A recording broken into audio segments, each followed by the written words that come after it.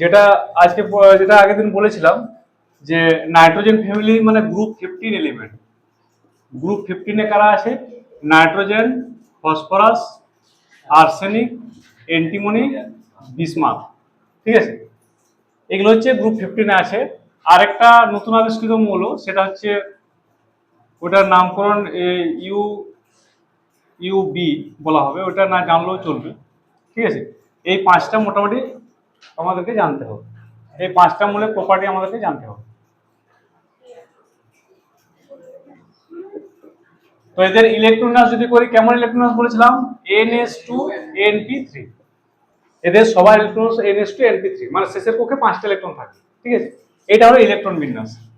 একদম সিম্পল হবে, আগের দিনে ট্যাগ ট্যাগ করে বলে দিই। এটা হলো ইলেকট্রন বিন্যাস।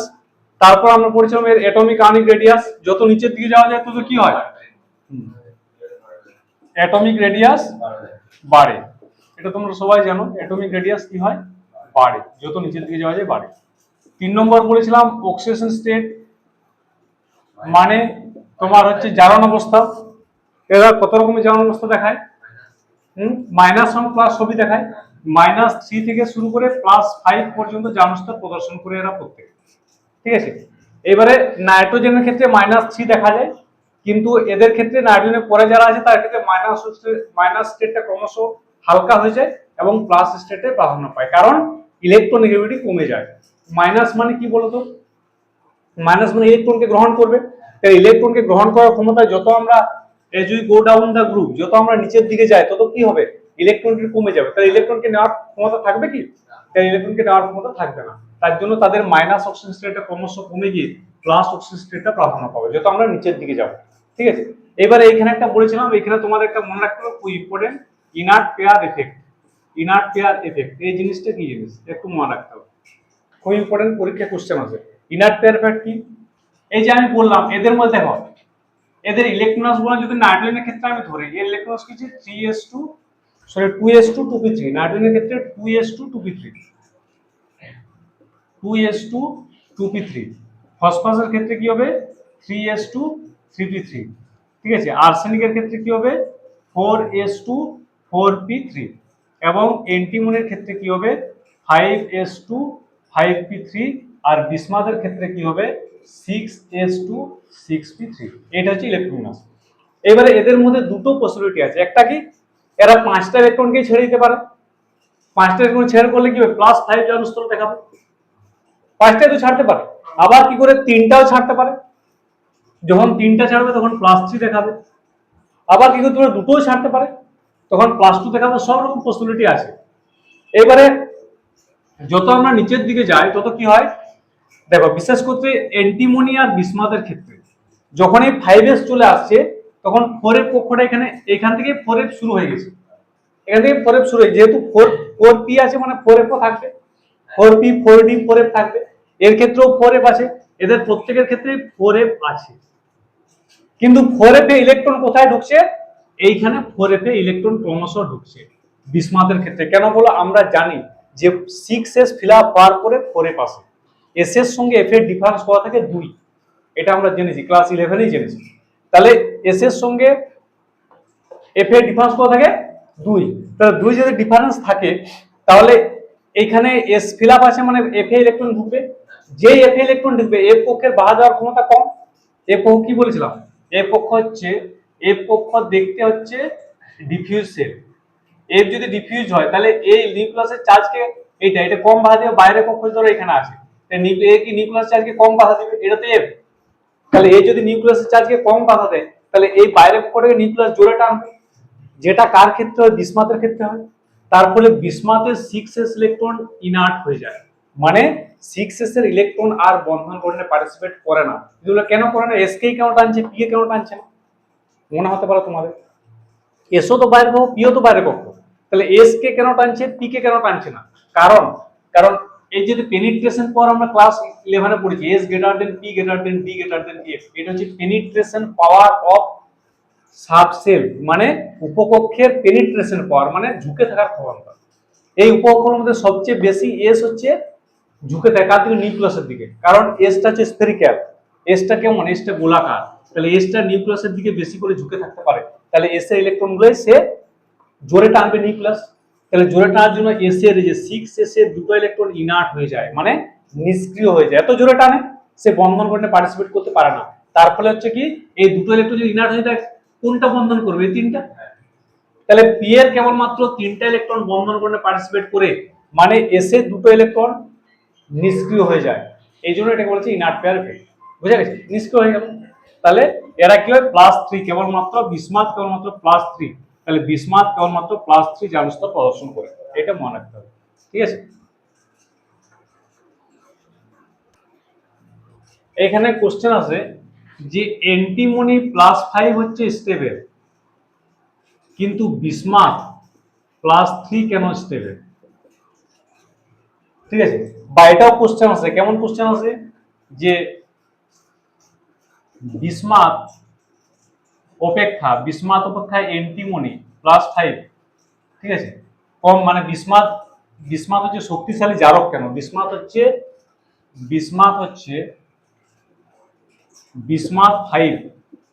বিসমাথ 5 অ্যান্টিমনি 5 অপেক্ষা শক্তিশালী জারক। এটা পরীক্ষায় কোশ্চেন আছে। কেন শক্তিশালী জারক? কারণ দেখো, বিসমাথ 5 আর হচ্ছে অ্যান্টিমনি 5 দুজনে কোন অক্সিডেশন স্টেটে আছে? +5 এ আছে। ঠিক আছে? এবারে কে +3 হতে বেশি করে চাইবে? নিজেরাই বলো, কে +3 হতে চাইবে?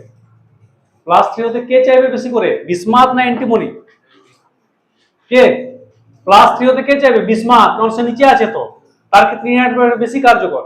তাহলে বিসমাথ যদি +3 বেশি হতে চায়, তার মানে +5 থেকে সে বিসমাথ হবে +3, এটা সে সবসময় চাইবে।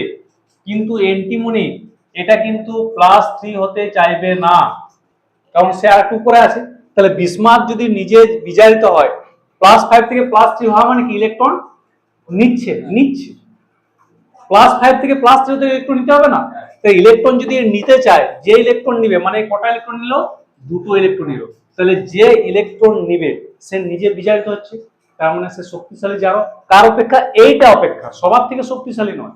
উপরের দিকে যারা আছে তারা জারক, কিন্তু বিসমাথ অ্যান্টিমনি অপেক্ষা জারক। তার জন্য বলা হয় যে বিসমাথ 3 স্টেবল, কিন্তু অ্যান্টিমনি 5 স্টেবল। বুঝা গেছে? এটা হচ্ছে খুব ইম্পর্টেন্ট কোশ্চেন। এটা ইনার্ট পেয়ার ইফেক্ট থেকে কোশ্চেন আছে। আমি বলছি বিসমাথ 5 আর অ্যান্টিমনি 5 দুজনেই +5 জারণ অবস্থায় আছে। বুঝা গেছে? বিসমাথ এবং অ্যান্টিমনি দুজনেই +5 জারণ অবস্থায় আছে, এটুকু ক্লিয়ার সবার? এইবারে কি করবে না, ইনার্ট পেয়ার ইফেক্ট কার ক্ষেত্রে বেশি কার্যকর হচ্ছে আমি দেখবো। কে নিচে আছে? বিসমাথ। তাহলে বিসমাথ যদি নিচে থাকে, তাহলে এ চাইবে সবসময় কি, এর ওই এস এর দুটো ইলেকট্রন, এই দুটো ইলেকট্রন ইনার্ট হতে চাইবে, মানে কোনো কাজ করবে না।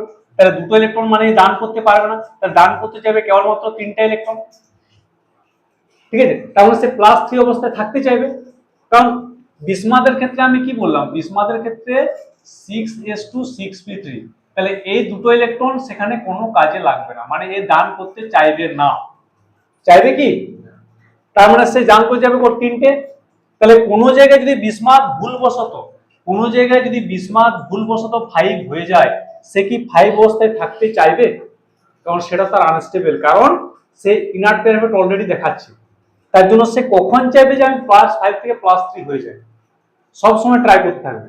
তাহলে যেই +3 হয়ে যাওয়া মানে হয়ে যেতে চাইবে, মানে ইলেকট্রন নিয়ে সে হয়ে যাবে কত? +3 ইলেকট্রন নিয়ে। তাহলে ইলেকট্রন নেওয়া মানে কি হলো? ইলেকট্রন নেওয়া মানে কি? ইলেকট্রন নেওয়া মানে সে নিজে বিজারিত হবে। তাহলে কেউ যদি নিজে বিজারিত হয়, সে কি হবে? জারক। নিজে বিজারিত অপরকে জারিত করবে না, তাহলে নিজে বিজারিত হলে সে জারক পদার্থ। কার অপেক্ষা? অ্যান্টিমনি অপেক্ষা, এসবি অপেক্ষা জারক, বাকিদের অপেক্ষা নয়। বুঝা গেছে? এটা হচ্ছে ইনার্ট পেয়ার ইফেক্টের ইম্পর্টেন্ট কোশ্চেন হয়েছে। এরপরে নাইট্রোজেন ফ্যামিলির হচ্ছে হাইড্রাইড। এদের নাইট্রোজেন ফ্যামিলির হাইড্রাইড গুলো নিয়ে পড়তে হবে। হাইড্রাইড মানে জিনিসটা কি বলতো? হাইড্রোজেনের সঙ্গে থাকবে। হাইড্রাইড মানে নাইট্রোজেন যখন হাইড্রোজেনের সঙ্গে বিক্রিয়া করবে তখন NH3 গঠন করবে। ফসফরাস যখন হাইড্রোজেনের সঙ্গে বিক্রিয়া করবে তখন PH3 গঠন করবে। আর্সেনিক যখন হাইড্রোজেনের সঙ্গে বিক্রিয়া করবে AsH3 গঠন করবে।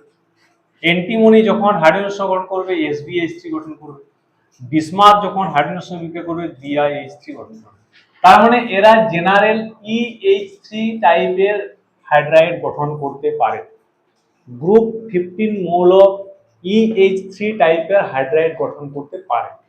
প্রশ্ন আছে এখান থেকে যে এই হাইড্রাইড গুলোর বিভিন্ন প্রপার্টি, এক নম্বর খুব ইম্পর্টেন্ট, এগুলো আছে এদের বয়েলিং পয়েন্ট কেমন হবে, এই হাইড্রাইড গুলোর বয়েলিং পয়েন্ট কেমন হবে, স্ফুটনাঙ্ক কেমন হবে। মনে রাখবে অ্যামোনিয়া যেহেতু হাইড্রোজেন বন্ধন করে তাহলে এর স্ফুটনাঙ্ক একটু বেশি হবে। বাকি যত আমরা নিচের দিকে যাব তত স্ফুটনাঙ্ক বেশি হবে। মানে অ্যামোনিয়া গ্রেটার দেন এখানে বলতে পারি BiH3, greater than SbH3, greater than ASH3, greater than PH3, এরকম হবে। অ্যামোনিয়াটা বেশি হবে কারণ due to hydrogen bond, hydrogen বন্ধনের জন্য অ্যামোনিয়া স্ফুটনাঙ্ক বেশি হবে।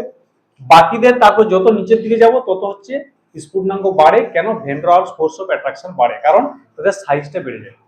সাইজটা বাড়বে না, কারণ ইলেকট্রন সংখ্যা বাড়ছে, প্রোটন সংখ্যা বাড়ছে, সাইজ বাড়ছে, তাহলে স্ফুটনাঙ্ক বাড়বে। বুঝে গেছে? এই হচ্ছে স্ফুটনাঙ্কের ক্রম। আর যেটা ইম্পর্টেন্ট এখান থেকে আরেকটা ক্রম আছে, সেটা ভালো করে করবে, সেটা হচ্ছে ক্ষারকীয়তার ক্রম। খুব ইম্পর্টেন্ট, বেসিসিটি অর্ডার। এদের হচ্ছে ক্ষারকীয়তার ক্রম পরীক্ষায় আসে। ক্ষারকীয়তা, এদের হাইড্রাইডগুলো ক্ষারকীয়তার ক্রম কেমন।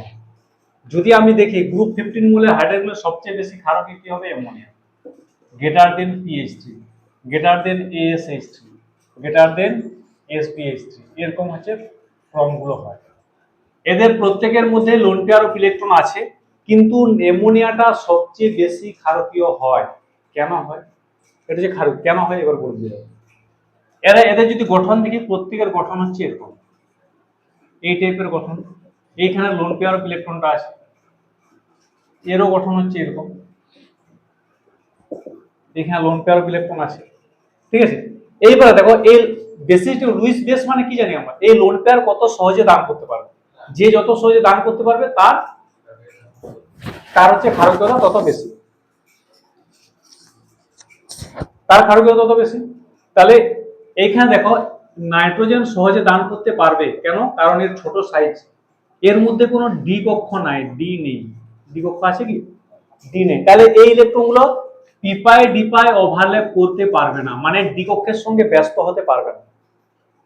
নাইট্রোজেনের এই লোন পেয়ার অফ ইলেকট্রন গুলো তার ডি কক্ষ নেই বলে ডি কক্ষের সঙ্গে ব্যস্ত হতে পারবে না, মানে ওভারল্যাপ করতে পারবে না। তার জন্য এর ক্ষারকীয়তা বেশি, মানে সহজে দান করবে। কিন্তু যত আমরা নিচের দিকে যাই, ফসফরাসের ডি কক্ষ আছে, তাহলে ফসফরাস ইলেকট্রন গুলো এর ডি কক্ষের সঙ্গে পিপাই ডিপাই ওভারল্যাপে অংশগ্রহণ করবে। তাহলে এই ইলেকট্রন গুলো যদি এখানে চলে যায় বা ডি কক্ষের সঙ্গে ওভারল্যাপ করে, তাহলে সে কি দান করার জন্য ফ্রি থাকবে? থাকবে না। তাই যত নিচের দিকে যায় এবং ডি কক্ষের উপস্থিতি বাড়ে বলে তাদের ক্ষারকীয়তা ক্রমশ কমতে থাকে। তার জন্য অ্যামোনিয়ার ক্ষারকীয়তা সবচেয়ে বেশি হয়। বুঝে গেছে? এটাও কিন্তু পরীক্ষায় কোশ্চেন আছে। আরেকটা যেটা হাইড্রাইড থেকে পরীক্ষায় কোশ্চেন আছে, খুব ইম্পর্টেন্ট, এই ক্রমগুলো মনে রাখবে। এটা কিন্তু এমসি কোশ্চেন তোমাদের আসবে সেমিস্টার 3-এ, যে গ্রুপ 15 মৌলের হাইড্রাইড গুলোর ক্ষারকীয়তা নিম্নলিখিত কোন ক্রমটি সঠিক, তারা মনে রাখতে হবে। ঠিক আছে, 3 নম্বর তোমার এখান থেকে যেটা আসবে সেটা হচ্ছে thermal stability order. Thermal stability মানে হচ্ছে তাপীয় স্থায়িত্বের অর্ডার। এদের তাপীয় স্থায়িত্ব কেমন হয়, মানে তাপে এরা কেমন করে ভাঙে। ঠিক আছে, দেখো সবচেয়ে বেশি তাপীয় স্থায়িত্ব যত নিচের দিকে যায় তত তাপীয় স্থায়িত্বের ক্রমটা বাড়ে, মানে মানে কমে। যেহেতু সাইজ বাড়ে তাপীয় স্থায়িত্ব কমবে। কারণ দেখো নাইট্রোজেন আর হাইড্রোজেন বন্ড, এই বন্ডটার সাইজটা ছোট, বন্ড লেন্থ ছোট, বন্ড লেন্থ ছোট, বন্ড লেন্থ ছোট। তাহলে বন্ড লেন্থ যদি ছোট, এই বন্ডটা কি হবে? স্ট্রং হবে, স্ট্রং হবে। তার মানে এ কি সহজে ভাঙতে চাইবে? চাইবে না। যদি আমরা নিচের দিকে যাই, বিসমাথ, বিসমাথ অনেক বড় সাইজ, তাহলে এই বিসমাথ এই বন্ডটা অনেক বড়, এই বন্ডটা হচ্ছে বড় বন্ড। বড় বন্ড মানে কি হচ্ছে? উইক বন্ড, দুর্বল বন্ড। যে দুর্বল বন্ড তাপের দ্বারা সহজেই ভেঙে যাবে। তাহলে যখন আমরা নিচের দিকে যাব, যখন আমরা হাইড্রাইড গুলো নিচের দিকে যাব, তখন দেখবো নিচের দিকে যত যাবো তত তাপের স্থায়িত্ব কমে যাবে, মানে সহজে ভেঙে যাবে। বুঝে গেছে? অসুবিধা নাই। থার্ড যেটা আছে খুব ইম্পর্টেন্ট, এখান থেকে আরেকটা থার্ড না ফোর্থ হবে, এখান থেকে এটা আসবে, এটা খুব ইম্পর্টেন্ট, যে বিজারণ ক্ষমতা, রিডিউসিং প্রপার্টি অফ হাইড্রাইড। 4 নম্বর হচ্ছে বিজারণ ক্ষমতা। এর বিজারণ ক্ষমতা কেমন হবে দেখো। বিচার, হ্যাঁ বলো বলো। হ্যাঁ, তোমার ক্ষমতা যেমন থাকে ধর্ম তেমনই দেখাবে। তোমার যদি ছোটার ক্ষমতা এখান থেকে বেশি থাকে, তাহলে তুমি একটু বেশিটা ছুটতে পারো, মানে তোমার ছোটার ধর্মটা বাড়বে। পাওয়ারটা যেমন হবে তোমার সেই ধর্মটা একই রকম ভাবে ইনক্রিজ করবে। তাহলে বিজারণ ক্ষমতা দেখো, বিজারণ মানে কি? হাইড্রোজেন দান করা। এটা আমরা ছোটবেলায় পড়েছি। বিজারণ মানে কি? হাইড্রোজেন দান করা। তাহলে এই হাইড্রাইডের মধ্যে যে সহজে হাইড্রোজেন দিতে পারবে তার বিজারণ ক্ষমতা সবচেয়ে বেশি হবে। যে সহজে হাইড্রোজেন দিবে তার বিজারণ ক্ষমতা বেশি হবে। তাহলে হাইড্রোজেন সহজে হাইড্রোজেন কে দিবে? যার উইক বন্ড থাকবে। তাহলে নাইট্রোজেন আর হাইড্রোজেন বন্ডটা যদি স্ট্রং হয় তাহলে এ কি সহজে হাইড্রোজেন দিবে? দেবে না। এ সহজে হাইড্রোজেন দিবে না। কিন্তু যদি বিসমাথ এইচ বন্ড, এটা হচ্ছে বড় বন্ড, এটা হচ্ছে উইক বন্ড হলে এখান থেকে হাইড্রোজেনটা সহজে হাইড্রোজেন বেরোবে, সহজে হাইড্রোজেন বেরোবে। সহজে যদি হাইড্রোজেন বেরায় তাহলে কি হবে? এই হাইড্রোজেনটা সহজে রিডিউস করতে পারবে, কোন যৌগকে বিজারিত করতে পারবে। তাহলে বিজারণ ক্ষমতা কম কি হবে? BiH3 সবচেয়ে বেশি বিজারক হবে, তারপর হবে SbH3, তারপর হবে AsH3, তারপর হবে PH3, তারপর হবে NH3। এটা হচ্ছে বিজারণ ক্ষমতার ক্রম। এটা বিজারণ ক্ষমতার ক্রম। এটাও পরীক্ষায় আসে যে গ্রুপ 15 মোলের হাইড্রাইডগুলোর বিজারণ ক্ষমতার ক্রম দেখানো। অসুবিধা নাই? বোঝা গেছে? সমস্যা নাই?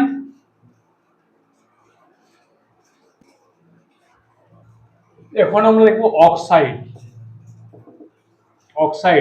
গ্রুপ 15 মোলের অক্সাইড খুব ইম্পর্টেন্ট। গ্রুপ 15 মোলের অক্সাইড গঠন করতে পারে। কেমন অক্সাইড? যেমন নাইট্রোজেন হচ্ছে সবচেয়ে ভেরিয়াস টাইপ অফ অক্সাইড গঠন করতে পারে। নাইট্রোজেন সবচেয়ে বেশি সংখ্যক অক্সাইড গঠন করতে পারে। কেমন কেমন কেমন অক্সাইড আছে? নাইট্রোজেন নাইট্রি অক্সাইড আছে, নাইট্রাস অক্সাইড আছে, নাইট্রোজেন ডাইঅক্সাইড আছে, আর N2O4 আছে এবং N2O5 আছে। তাহলে এতগুলো টাইপের অক্সাইড গঠন করতে পারে নাইট্রোজেন। খুব ইম্পর্টেন্ট। এখানে নাইট্রোজেনের অক্সিজেন কত? +2, A-2। এখানে কত? -2, এখানে +1। এখানে কত হবে? -4, এটা হবে +4। দেখেছো নাইট্রোজেনের জারণ অবস্থার জন্য? তাহলে নাইট্রোজেন কত রকম জারণ অবস্থা দেখা যাচ্ছে, বুঝতে পারছো? তাহলে এত সংখ্যক জারণ অবস্থা দেখানোর জন্যই nitrogen various type of oxide form করতে পারে, বহু সংখ্যক অক্সাইড গ্রহণ করতে পারে। এখানে নাইট্রোজেন কত হবে? এটা -8, তাহলে এখানে কত হবে? +4 হয়ে যাবে। ঠিক আছে, এটা কত হবে? -10, তাহলে এটা হচ্ছে প্লাস, এখানে +5 হয়ে যাবে। বুঝা গেছে? তাহলে নাইট্রোজেন এত সংখ্যক অক্সাইড গঠন করতে পারলো। বুঝা গেছে? তাহলে এগুলো হচ্ছে নাইট্রোজেন অক্সাইড। মনে রাখবে এই এই নাইট্রোজেনের এই অক্সাইড গুলো কিন্তু বেশিরভাগই কিন্তু অ্যাসিডিক ইন নেচার হয়। এদের পরীক্ষার সময় এর হচ্ছে অ্যাসিডিক ক্যারেক্টার দেখায়। যদি বলা হয় কেন অ্যাসিডিক ক্যারেক্টার দেখায়, অতি সিম্পল। যেমন ধরো NO2 যখন জলের সঙ্গে বিক্রিয়া করে উৎপন্ন করে HNO3 নাইট্রিক অ্যাসিড। যেহেতু এই সমস্ত অক্সাইড গুলো জলের সঙ্গে বিক্রিয়া করে অ্যাসিড তৈরি করছে, তাহলে তারা হবে অ্যাসিডিক অক্সাইড। ছোটবেলায় আমরা পড়েছি যে সমস্ত অক্সাইড জলের সঙ্গে বিক্রিয়া করে অ্যাসিড দেয় তারা আম্লিক অক্সাইড, যে সমস্ত অক্সাইড জলের সঙ্গে বিক্রিয়া করে ক্ষার দেয় তারা ক্ষারকীয় অক্সাইড। তাই নাইট্রোজেনের অক্সাইড গুলো বেশিরভাগই জলের সঙ্গে বিক্রিয়া করে অ্যাসিড উৎপন্ন করে বলে এরা হচ্ছে আম্লিক অক্সাইড। ঠিক আছে, এটা তো পড়েছো, এটা খুব ইম্পর্টেন্ট। অসহায়ক পদ্ধতিতে নাইট্রিক অ্যাসিড তৈরি পড়োনি? তোমরা মাধ্যমিকেও পড়েছো। প্রথমে নাইট্রোজেনকে অক্সিজেন দ্বারা জারিত করে নাইট্রোজেন ডাইঅক্সাইড হয়, তারপর নাইট্রোজেন ডাইঅক্সাইডের সঙ্গে জলের বিক্রিয়ায় নাইট্রিক অ্যাসিড তৈরি হয়। অসহায়ক পদ্ধতিতে নাইট্রিক অ্যাসিড তৈরি। তাহলে তার মানে কি নাইট্রোজেন ডাইঅক্সাইডটা একবার লাস্ট পর্যন্ত স্ট্রং অ্যাসিড HNO3 হয়ে যাচ্ছে, তাহলে অবভিয়াসলি NO2 হয়ে যাবে। NO2 কেন? নাইট্রোজেনের সব অক্সাইড গুলো হয়ে যাবে আম্লিক অক্সাইড। বুঝা গেছে? এইবারে দেখবো আমরা কি ফসফরাসের অক্সাইড। Oxide of phosphorus. ফসফরাসের অক্সাইড কি? বুঝে করে ভালো করে বুঝবে, গ্রুপটা পড়তে ভালো লাগবে। আর যদি না বুঝো তাহলে ভালো লাগবে না। বেশিরভাগ লোকজন ছেলেমেয়েরা ছেড়ে দেয়, গ্রুপটা ছাড়বে না। দেখো অক্সাইড অফ ফসফরাস। ফসফরাস একই রকম অক্সাইড গ্রহণ করতে পারে, তবে কম সংখ্যক আছে। যেমন ধরো P2O5 আমরা দেখেছি, ফসফরাস পেন্টাক্সাইড দেখেছি। P4O10 হয়। এগুলো হচ্ছে ফসফরাসের দুটো অরিজিনাল অক্সাইড। ফসফরাস নাইট্রোজেনের মতো এত সংখ্যক অক্সাইড গঠন করতে পারে না। ঠিক আছে, একই রকম ভাবে arsenic can form AS2O5 and also AS4O10। এগুলো হচ্ছে আর্সেনিকের অক্সাইড। একই রকম ভাবে অ্যান্টিমনি তৈরি করবে Sb2O5। ঠিক আছে, বিসমাথ তৈরি করবে Bi2O5। এগুলো এইবারে আমাদের এখানে দেখা, আমি তো দেখলাম এর অক্সাইড গুলো অ্যাসিডিক হলো, তাহলে এর অক্সাইড কি হবে? কি মনে হয় তোমাদের? ফসফরাস অক্সাইড কি হবে? ফসফরাসের অক্সাইডও হয়ে যাবে অ্যাসিডিক অক্সাইড। কেন? এটার জন্য তেমন কোনো মুখস্থ করার কোনো প্রয়োজন নেই। আমরা ছোটবেলায় পড়ে এসেছি যারা অধাতু হয়, কারা অধাতু? Nitrogen, phosphorus, arsenic. Nitrogen, phosphorus তো অধাতু। তাহলে অধাতুগুলো আম্লিক অক্সাইড দেয়, এটা আমরা ক্লাস 8-9 থেকে পড়ে আসছি। অতএব অবভিয়াসলি ফসফরাসের অক্সাইড একটা যে অ্যাসিডিক অক্সাইড, মানে ফসফরাসের অক্সাইড গুলো হয়ে যাবে সব, এগুলো সব হবে আম্লিক অক্সাইড, অ্যাসিডিক অক্সাইড। বুঝা গেছে? একদম সিম্পল, কিচ্ছু নেই। এবারে আমি যদি চলে যাই অ্যান্টিমনি এবং বিসমাথ। অ্যান্টিমনি আর আর্সেনিক আর অ্যান্টিমনি। আচ্ছা, আর্সেনিক অ্যান্টিমনি কি হয় বলতো? কি হয়? ধাতু কল্প, ধাতুও নয় অধাতুও নয়, মিডিয়াম। তাহলে আর্সেনিক আর অ্যান্টিমনি এদের দুজনের অক্সাইড হয়ে যাবে উভধর্মী অক্সাইড। এরা কারো দিকেই থাকবে না, ঠিক আছে? এরা বোধ ধর্ম দেখাবে, অ্যাসিডিক এন্ড বেসিক দুটোই দেখাতে পারে, তার জন্য এরা হচ্ছে উভধর্মী অক্সাইড।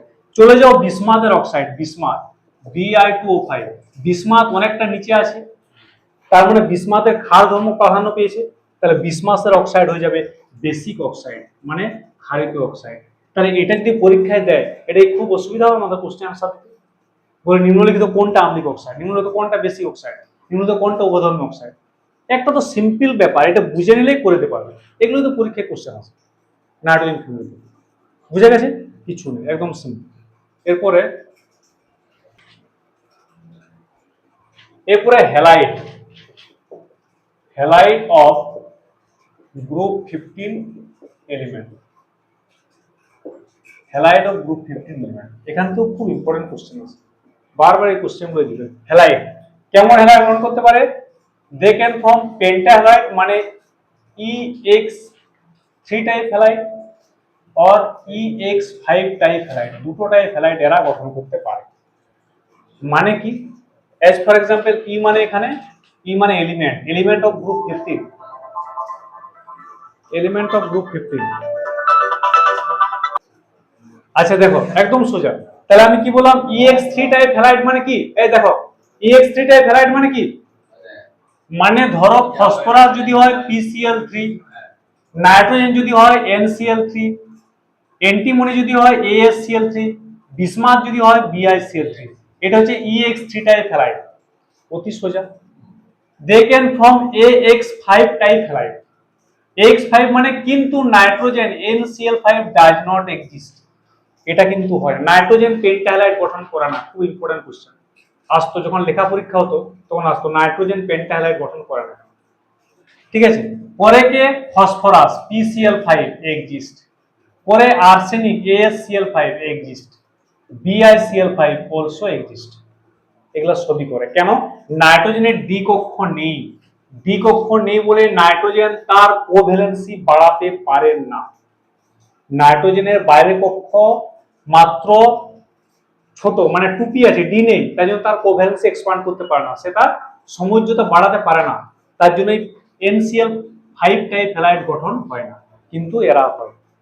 বুঝে গেছে? খুব ইম্পর্টেন্ট যেটা কথা সেটা হচ্ছে এই PCl3 আর PCl5 এদের দুজনের মধ্যে আমি যদি দেখি, ঠিক আছে, এর দুজনের মধ্যে কি এর কোভ্যালেন্সি নেচার বেশি, এর হচ্ছে সমযোজী ধর্ম বেশি হবে, যেটা ফেজার রুল থেকে পড়েছিলাম। এর সমযোজী ধর্ম বেশি হবে, এর সমযোজী ধর্ম কম হবে। এটাও অনেক সময় পরীক্ষায় দেয়, ধর্ম সমযোজী কম। কেন সমযোজী ধর্ম কেন বেশি হচ্ছে? PCl3 থেকে PCl5 এর সমযোজী ধর্ম বেশি হচ্ছে। কেন বেশি হচ্ছে আমি বলে দিয়ে দাও। একটু দেখো এদিকে, PCl5 আর PCl3, এখানে ফসফরাস কত? +5, এখানে ফসফরাস কত? +3। PCl5 এবং PCl3 দিকে যদি আমরা তাকাই, তাহলে দেখবো PCl5 এর মধ্যে ফসফরাস +5 স্টেটে আছে, PCl3 এর মধ্যে ফসফরাস +3 স্টেটে আছে। বুঝে গেছে? যদি +5 স্টেটে যে থাকবে, যে +5 স্টেটে থাকবে, তার হচ্ছে কি চার্জ ডেনসিটি, ভেজাংশ সে ছোট হবে। যত প্লাস বেশি হবে তো আয়নটা ছোট হবে না? একটা ইলেকট্রন বেরোলে যে আয়নটা দুটো ইলেকট্রন বেরোলে তো আরো জোরে টানবে, মানে ছোট হবে। তাহলে এখানে ছোট সাইজ কে? ফসফরাস। তাহলে PCl5 ফসফরাস আকারটা ছোট, কিন্তু PCl3 তে ফসফরাস আকারটা একটু বড়। তাহলে যত ছোট সাইজ হবে, আমরা কি পড়েছিলাম ফেজান সূত্র, কি পড়েছিলাম 11 এ ফেজান সূত্র কি পড়েছিলাম? স্মল সাইজ ক্যাটায়ন আর large size ion can form greater covalent character. যার সাইজটা ছোট হবে ক্যাটায়নে, সে বেশি সমযোজী হবে। তাহলে +5 মানে ক্যাটায়নের সাইজ ছোট, তাহলে PCl5 বেশি সমযোজী। এটাও পরীক্ষায় কোশ্চেন আছে। যে নিম্নলিখিত কোনটা সমযোজী ধর্ম বেশি হতে পারে? PCl5, NCl5, PCl3, AsCl3, এরকম করে দিবি। বুঝা গেছে? যদি তার মধ্যে এটা ঢুকিয়ে দেয়, নিজেই বলো, এ তো নিচের দিকে তো সাইজ বেড়ে যাচ্ছে। ধরো তোমাকে PCl5 এর সঙ্গে AsCl5 দিয়ে দিল, নিজেই বলো এবার, বলো কোনটা কোভ্যালেন্সি বেশি হবে? PCl5 বেশি হবে, কারণ নিচের দিকে তো সাইজ বেড়ে গেল। আর্সেনিকে তো সাইজ বাড়ছে, +5 থাকলে কি হলো, A+5, কিন্তু এর সাইজ ছোট, কারণ সে উপরে আছে। বুঝা গেছে? এই তো সিম্পল হয়েছে, অসুবিধা নাই। কি সমস্যা আছে? PCl5 তো ছোট, কারণ ফসফরাস উপরে আছে না নিচে আছে? উপরে আছে। দেখো দুজনে দাঁড়াও, বলে দিই, আরো বলে দিই, কোনো কনফিউশন রাখবে না, একবার বুঝে এলে মনে থেকে যাবে, বেশি পড়তে হবে না। আর যদি না বুঝতে পারো, গ্রুপ জীবনে পড়তে ইচ্ছা করবে না, একদম গ্যারেন্টি। মনে হবে এত মুখস্থ, এত কিছু। ঠিক আছে, ভালো করে। আমি যখন গ্রাজুয়েশনে পড়ে একই রকম ভাবে গ্রুপ বেশিরভাগ, কিটা বলতে যাচ্ছিল আমাকে, কি বলতে চাইছিল? হ্যাঁ, PCl5 আর হচ্ছে AsCl5, দুটো কোনটা বড়, তাই তো? দুজনে এখানে এখানে ফসফরাস +5, এখানে আর্সেনিক +5, এরা তো কমন আছে। সিএলটা দেখে আমার লাভ নেই, সে কমন আছে। দেখো ফসফরাস আর আর্সেনিকের মধ্যে, দেখো ফসফরাসটার মধ্যে +5, আর্সেনিকও +5, তাহলে এটাও কমন আছে। কিন্তু সাইজের দিক থেকে phosphorus greater, arsenic greater than phosphorus, আর্সেনিকের সাইজটা বড়, কারণ সে নিচে আছে। তাহলে আর্সেনিকের সাইজ বড় হলে এটার সাইজটা বড় হবে, তাহলে এর সমযোজী ধর্ম কি হবে? কম হবে। সাইজ বড় মানে সমযোজী ধর্ম কম, একটু ফেজান্স রুল। যদি কারো বুঝতে অসুবিধা হয়, ফেজান্স রুলটা একবার পড়ে নেবে, ক্লাস 11 হয়েছে, তাহলে হয়ে গেল। আচ্ছা, এরপরে আমি চলে যাবো তাহলে হ্যালাইডের অসুবিধা নেই। এবারে হ্যালাইড থেকে যে আরো ইম্পর্টেন্ট কোশ্চেন, এখানে খুব সুন্দর সুন্দর কোশ্চেন হয়, আরো ইম্পর্টেন্ট কোশ্চেন এখান থেকে পরীক্ষা আসে হ্যালাইড থেকে। এটা যখন থিওরিক্যাল কোশ্চেন হতো তখন আসতো, বলতো যে PCl3 হাইড্রোলাইজ, মানে এ সহজেই PCl3 hydrolysed, but NCl3 does not hydrolysed. NCl3 not hydrolysed মানে আদ্র বিশ্লেষিত হয়, হাইড্রোলাইজড মানে আদ্র বিশ্লেষিত হয়, মানে PCl3 সহজেই আদ্র বিশ্লেষণ হয়। আদ্র বিশ্লেষণ হয় মানে জলের সঙ্গে রিঅ্যাকশন করে, মানে জল দ্বারা রিঅ্যাকশন করে, জলের সঙ্গে বিক্রিয়া করে। কিন্তু NCl3 কখনো জলের সঙ্গে রিঅ্যাকশন করে না, করে কিন্তু ডিফারেন্টলি, অন্যভাবে করে। করে করে না বলবো না, NCl3 জলের সঙ্গে বিক্রিয়া করে, কিন্তু ডিফারেন্ট ওয়েতে, ভিন্ন ভাবে। কেমন ভিন্ন হবে? দুটো রিঅ্যাকশন দেখলে বুঝতে হবে, এটা পরীক্ষা আছে। PCl3 and NCl3 hydrolysed different, আলাদা ভাবে, অন্যরকম ভাবে। নাইট্রোজেন দিয়ে যেমন PCl3 জলের সঙ্গে রিঅ্যাকশন করবে, কেমন করে করে দেখো, আমি বলে দিচ্ছি। ফসফরাসের হচ্ছে খালি ডি কক্ষ আছে, ফসফরাস এটা হচ্ছে খালি ডি, ভ্যাকেন্ট ডি। তাহলে জলের মধ্যে লোন পেয়ার অফ ইলেকট্রন আছে, এ আক্রমণ করবে ডি কে। লোন পেয়ার, তোমার তোমার কি ফ্রি ইলেকট্রন কোথায় যাওয়ার চেষ্টা করবে? ফাঁকা কক্ষে। তাহলে এই ডিটা ফাঁকা আছে এখানে, এটা ডিটা ফাঁকা, যেটা হচ্ছে ডি বলে দিচ্ছি আমি, ডি। তাহলে ফাঁকায় দিলে ইলেকট্রন ডিতে যাবে, মানে অ্যাটাক ডাইরেক্টলি টু ফসফরাস, একদম কেন্দ্রীয় পরমাণুকে আঘাত করবে। এদের কাছে যাচ্ছে, যখন সে মূল কেন্দ্রকে পেয়ে যাবে তখন কি সাইডের গুলোকে আক্রমণ করবে? শত্রু কি যদি রাজাকে পেয়ে যায়, তাহলে ওর বাকি যারা আছে ওদেরকে দরকার, এ তো রাজা এখানে, ফসফরাস রাজা নয়, কারণ ও তো পুরোটা কন্ট্রোল করছে। তাহলে ক্লোরিনকে দরকার নাই, এই ফসফরাসকে পেয়েছে, কারণ তার ডি কক্ষ খালি আছে। ডিও খালি আছে মানে এ তাহলে হাইড্রোলাইজ করলো কি, এরকম ওইচ বন্ড তৈরি করলো ফসফরাসের সঙ্গে, এরকম ওইচ বন্ড তৈরি করলো। তার মানে এটা আলটিমেটলি উৎপন্ন করবে H3PO3, মানে এই যে PO3 মানে এই যে H আর OH কার সঙ্গে ঢুকবে? H3PO3, মানে বুঝতে পারলে তো? তাহলে H আর OH জল থেকে এসছে, এরা কার সঙ্গে ঢুকলো? কার সঙ্গে? ফসফরাসের সঙ্গে, তার জন্য উৎপন্ন করবে H3PO3। কিন্তু যদি আমরা নাইট্রোজেন দিয়ে দিই, NCl3 দিই, তাহলে কি ঘটনা ঘটবে দেখো। NCl3 দিলে কি ঘটনা ঘটবে বলো? NCl3 কি ঘটবে? NCl3 এখানে জল, জল দিয়েছি, তাহলে নাইট্রোজেনের ডি কক্ষ আছে? নাইট্রোজেনের কি ডি আছে বলো? নাইট্রোজেনের ডি নেই, নাইট্রোজেনের ডি নেই। নাইট্রোজেন যদি ডি না থাকে, তাহলে এই জল অণু মানে রাজাকে এখানে পাচ্ছে, রাজাকে পাবে না। তাহলে সে আসবে কোথায়? প্রজার কাছে। ক্লোরিন তো প্রজা, ও তো সাইডে আছে, কারণ ক্লোরিনের ফাঁকা ডি আছে, ক্লোরিনের ফাঁকা ডি আছে। দেখো, তাহলে ক্লোরিনের যদি ফাঁকা ডি আছে, তাহলে এই জল অণু অ্যাটাক টুয়ার্ডস ক্লোরিন অ্যাটম, এই জল অণু অ্যাটাক করবে ক্লোরিন দ্বারা, তাহলে সেখানে উৎপন্ন করবে কি HOCl টাইপ যৌগ। বুঝতে পারলে? কারণ দেখো এইচ আর ওটা কার সঙ্গে, সিএল এর সঙ্গে ঢুকবে, আর উৎপন্ন করবে এদিকে নাইট্রোজেনটা হাইড্রাইড হয়ে NH3 হয়ে যাবে। তাহলে NCl3 আর PCl3 ভিন্নভাবে জলযোজিত হয়, ভিন্নভাবে জলের সঙ্গে রিঅ্যাকশন। যদিও দুজন একই রকম কম্পাউন্ড, কিন্তু জলের সঙ্গে রিঅ্যাকশনটা সম্পূর্ণ আলাদা হবে। বুঝা গেছে? খুব ইম্পর্টেন্ট, অসুবিধা নেই, এটা পড়বে। তারপরে আমরা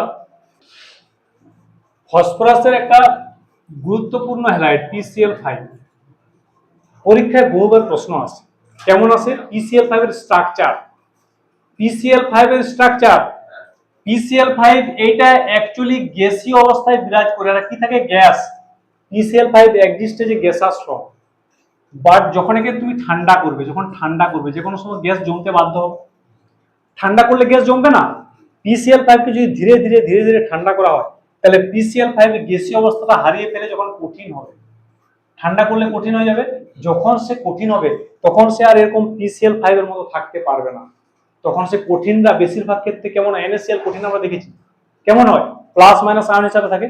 তাহলে তখন PCl5 এক্সিস্ট এজে PCl6 মাইনাস আর হচ্ছে PCl4 প্লাস, এইভাবে এক্সিস্ট করে ক্যাটায়ন PCl6 মাইনাস আর PCl4 প্লাস। এখানে একটা ক্লোরিন এক্সট্রা চলে আসবে, এখানে একটা ক্লোরিন বেরিয়ে যাবে। বুঝে গেছে? তাহলে এটা পরীক্ষায় কোশ্চেন আছে যে সলিড PCl5 কিভাবে থাকে, একটা প্লাস ও মাইনাস ফর্মে একটা আয়ন পেয়ার হিসেবে থাকে। বুঝা গেছে? এই তো গেল PCl5 এর থাকে কেমন তার ব্যাপার। এইবারে আমি বলছি যে PCl5 এর স্ট্রাকচার, এটা খুব ইম্পর্টেন্ট, পরীক্ষায় আসে। স্ট্রাকচার অফ PCl5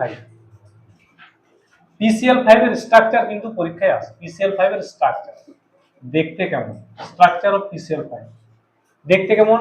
PCl5 টা হচ্ছে দেখতে এরকম, ট্রাইগোনাল বাইপিরামিডাল স্ট্রাকচার। যদি বলো যে কেন এরকম, আমি বহুবার কেমিক্যাল বন্ডিং চ্যাপ্টারে ক্লাস 11 এ বলে দিয়েছি, বহুবার, যে স্ট্রাকচার নিয়ে কোনো ব্যাপারই নয়, তোমার মাত্র 30 সেকেন্ডের ব্যাপার।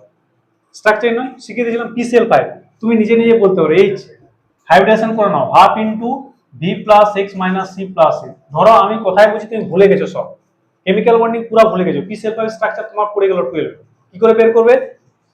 সূত্রে বসিয়ে দাও, এটা যে সূত্র, তাহলে হাফ ইন্টু ভি, ফসফরাসের বাইরে ভাগ ইলেকট্রন কোটা 5টা, এক্স মানে একযোজি পরমাণু কোটা আছে 5টা, ক্যাটায়ন আয়নের চার্জ 0, তাহলে হাফ ইন্টু 10 মানে 5, 5 মানে কি sp3d সংখ্যা, 5 মানে sp3d, কারণ টোটাল 5টা, 1 3 একে 4 একে 5, টোটাল কক্ষ 5টা, তাহলে কি সংখ্যা? sp3d। আর sp3d সংখ্যা হলে তো এরকমই হয় স্ট্রাকচার, কেমন হয়? ট্রাইগোনাল বাইপিরামিডাল হয়।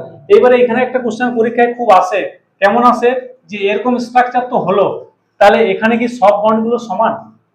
PCl5 এর তো এরকম স্ট্রাকচার আমি করলাম, তাহলে বললো এখানে কি সব PCl বন্ড সমান? সব PCl বন্ড কি সমান? এখানে সব PCl বন্ড সমান নয়।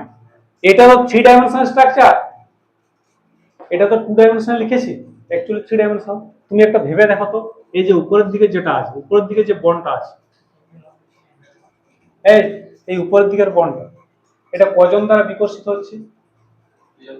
দুজন কি তিনজন? মাঝে আছে তো, এরকম উঠে আছে তো, উঠে আছে তো, তিনজন দ্বারা, এটা দ্বারা, এটা দ্বারা, এটা দ্বারা, এটা নিচের দিকে আছে। তাহলে এই বন্ডটা তিনজন দ্বারা বিকশিত হয়েছে, মানে বিকর্ষণ বেশি হবে, তাহলে বন্ডটা বেড়ে যাবে। এই বন্ডটা কজন দ্বারা? এ আর কেউ, এর মাঝে আর কেউ আছে? এই যে এগুলো, এগুলো হচ্ছে এক্সিয়াল, এগুলো বলছে এক্সিয়াল বন্ড, সরি এটা হচ্ছে Equatorial bond, Equatorial bond, Equatorial মানে আড়াআড়ি যেগুলো আছে, এগুলো হচ্ছে এক্সিয়াল। তাহলে এক্সিয়াল বন্ডটা সবসময় বেড়ে যাচ্ছে, কেন বেড়ে যাচ্ছে? কারণ বিকর্ষণ বেশি। তাহলে axial PCl bond greater than equatorial PCl bond, এটা মনে রাখবে,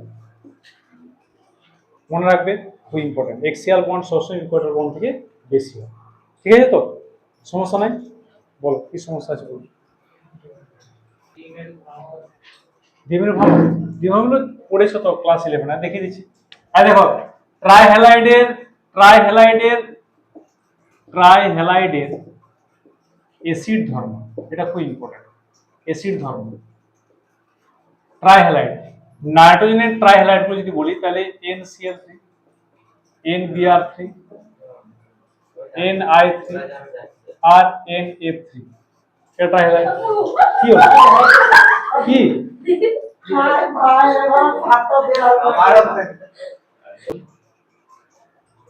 আচ্ছা, এটা কিন্তু এদের অ্যাসিড ধর্মটা পরীক্ষা আসে। দেখো একটা জিনিস দেখো তো, অ্যাসিড ধর্ম মানে কি? এই দেখো, অ্যাসিড ধর্ম মানে কি? এই দেখো দেখো, অ্যাসিড ধর্ম মানে কি? অ্যাসিড ধর্ম মানে যারা সহজে ইলেকট্রন গ্রহণ করবে তার অ্যাসিড ধর্ম বেশি। ইলেকট্রন গ্রহণ করে কে অ্যাসিড, লুইস তত্ত্ব অনুসারে ইলেকট্রন বর্জন করে বেশ। তাহলে এদের মধ্যে কে সহজে ইলেকট্রন গ্রহণ করবে তোমরা বলো তো? না, সহজে গ্রহণ করবে Ni3। কেন বলো তো? কারণ NF3 যদি আমি দেখি, ঠিক আছে, আর Ni3 যদি দেখি,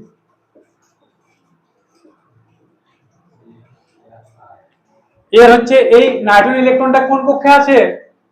এর না কোন কক্ষে আছে? 2 কক্ষে, 2s2 2p3, ঠিক আছে। তাহলে এদের সঙ্গে যে পিপায় ওভারল্যাপ, এর পি কক্ষে ইলেকট্রনের সঙ্গে এই এফ এর পি কক্ষে ইলেকট্রনের মধ্যে সহজে ওভারল্যাপ হবে। কেন ওভারল্যাপ হবে?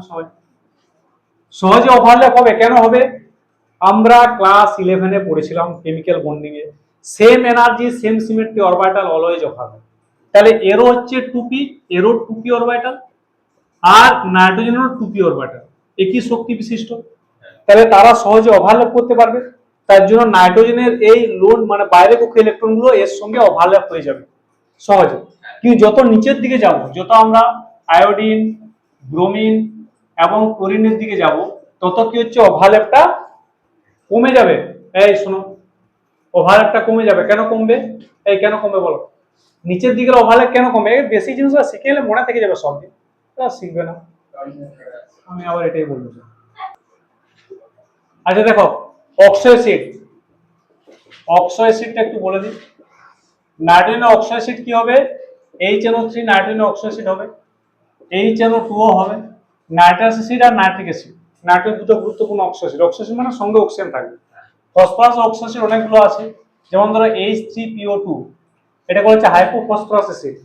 আছে H3PO3 ফসফরাস অ্যাসিড, আছে H3PO4 ফসফরিক অ্যাসিড, আছে পাইরোফসফিক H4P2O6, আছে H4P2O7, আছে H4P2O8।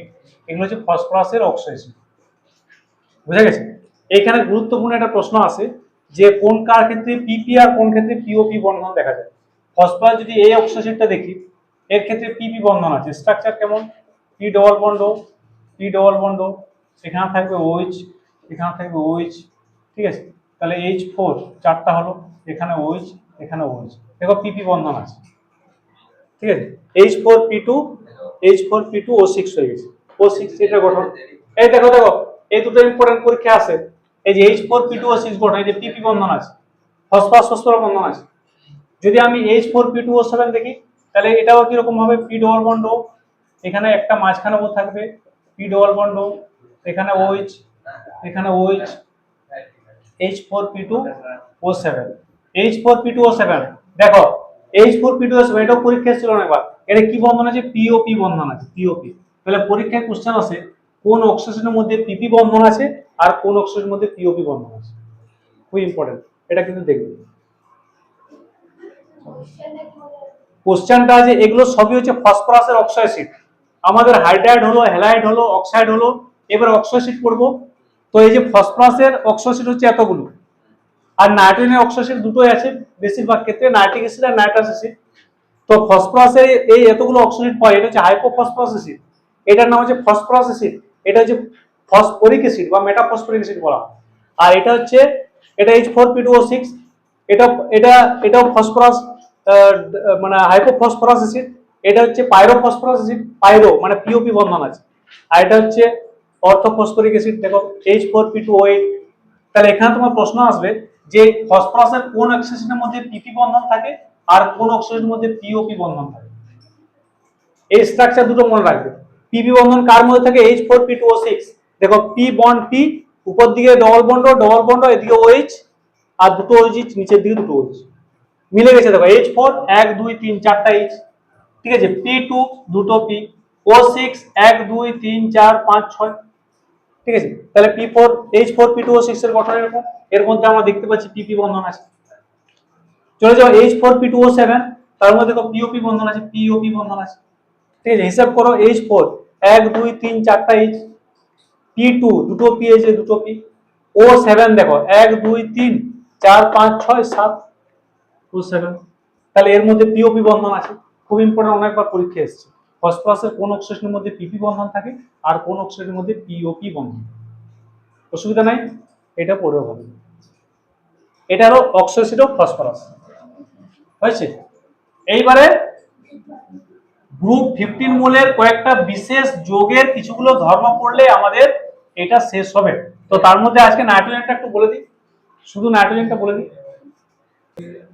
আচ্ছা দেখো দেখো, এইবারে আমরা গ্রুপ 15 মোলের বিশেষ কয়েকটা যৌগ পড়বো, খুব ইম্পর্টেন্ট। যেমন ধরো nitrogen, nitrogen, ammonia, nitric acid, phosphorus, phosphine, এগুলো এগুলো সম্বন্ধে আমাদের জানতে হবে। গ্রুপ 15 মোলের এই যৌগগুলো সম্বন্ধে আমাদের জানতে হবে। তার মধ্যে আজকে আমি নাইট্রোজেনটা নিয়ে একটু আলোচনা করছি। নাইট্রোজেন খুব ইম্পর্টেন্ট, এগুলো পরের দিন করব। আচ্ছা দেখো, তো প্রথমে নাইট্রোজেন, যদি বলি নাইট্রোজেন কি জিনিস, এর অকারেন্স কোথায় কোথায় পাওয়া যায় নাইট্রোজেন? আমরা জানি বায়ুমণ্ডলে 79% নাইট্রোজেন, তাই তো। নাইট্রোজেন বায়ুমণ্ডলে সর্বাপেক্ষা বেশি পরিমাণ পাওয়া যায়। ম্যাক্সিমাম অকারেন্স কোথায় পাওয়া যায়? বায়ুমণ্ডলের মধ্যে নাইট্রোজেন। আচ্ছা, নাইট্রোজেন তো এখানে পাওয়া গেল, ঠিক আছে। এবার নাইট্রোজেনের আমি দেখব প্রিপারেশন কিভাবে প্রস্তুত করা যায়, খুব ইম্পর্টেন্ট। এই রিঅ্যাকশনের মধ্যে একটা রিঅ্যাকশন কিন্তু পরীক্ষায় আসে, ভালো করে করবে। নাইট্রোজেনের প্রিপারেশন তোমরা মাধ্যমিকে একটা প্রিপারেশন করেছিলে, একদম সিম্পল প্রিপারেশন, ওইটা করো। যেমন ধরো NH4Cl, NH4Cl এর সঙ্গে যদি আমরা NaNO2 বিক্রিয়া ঘটাই, এটা হচ্ছে ল্যাবরেটরি প্রিপারেশন। কিন্তু ল্যাব প্রিপারেশন সবসময় তো আমাদের কাজে লাগবে। ল্যাবে আমরা কি করি বলতো? ল্যাবে আমরা পিওর ফর্ম প্রস্তুত করি। তাহলে পিওর ফর্ম প্রস্তুত করার জন্য এটা যদি বিক্রিয়া করা, এটা প্রথমে উৎপন্ন হবে কি? NH4NO2, NH4NO2। তারপরে একে যদি আমরা তাপ দিই, তাহলে এখানে উৎপন্ন হবে নাইট্রোজেন, জল, ঠিক আছে, এটা উৎপন্ন হয়ে যাবে। তাহলে দেখো, এই যে আমরা নাইট্রোজেন পেলাম, তাহলে এটা যে ল্যাব প্রিপারেশন। প্রথমে NH4Cl এর সঙ্গে NaNO2 বিক্রিয়া NH4NO2 উৎপন্ন হবে, সেই NH4NO2 তাপীয় বিয়োজনের মাধ্যমে নাইট্রোজেন উৎপন্ন করবে। এটা হচ্ছে ল্যাবরেটরি প্রিপারেশন। শুধু এই ক্ষেত্রে ল্যাবে প্রিপারেশন করা হয় এমন কোনো কথা নেই, আরো আছে। 2 নম্বর ল্যাব প্রস্তুতি আছে, যদি আমরা অ্যামোনিয়াম ডাইক্রোমেটকে উত্তপ্ত করি, NH4 2Cr2O7, অ্যামোনিয়াম ডাইক্রোমেট। মনে রাখতে নামটা কি খুব অসুবিধা? NH4 আছে মানে অ্যামোনিয়াম, দুটো ক্রোমিয়াম আছে মানে ডাই, O7 থাকবে অ্যামোনিয়াম ডাইক্রোমেট। একে উত্তপ্ত করলে এটাও বিয়োজিত উৎপন্ন করে নাইট্রোজেন, উৎপন্ন করবে ক্রোমিক অক্সাইড, আর উৎপন্ন করবে জল। তাহলে এখান থেকেও আমরা নাইট্রোজেন পাচ্ছি, বুঝে গেছে। আরো ইম্পর্টেন্ট প্রিপারেশন আছে 3 নম্বর, এগুলো পরীক্ষায় কোশ্চেন আছে। কেমন এসেছিল? অনেকবার এসেছিল তোমাদের, যে নিম্নলিখিত কোন বিক্রিয়া দ্বারা নাইট্রোজেন প্রস্তুত করা যায় না, এরকম 3-4টা রিঅ্যাকশন দিয়ে দিই।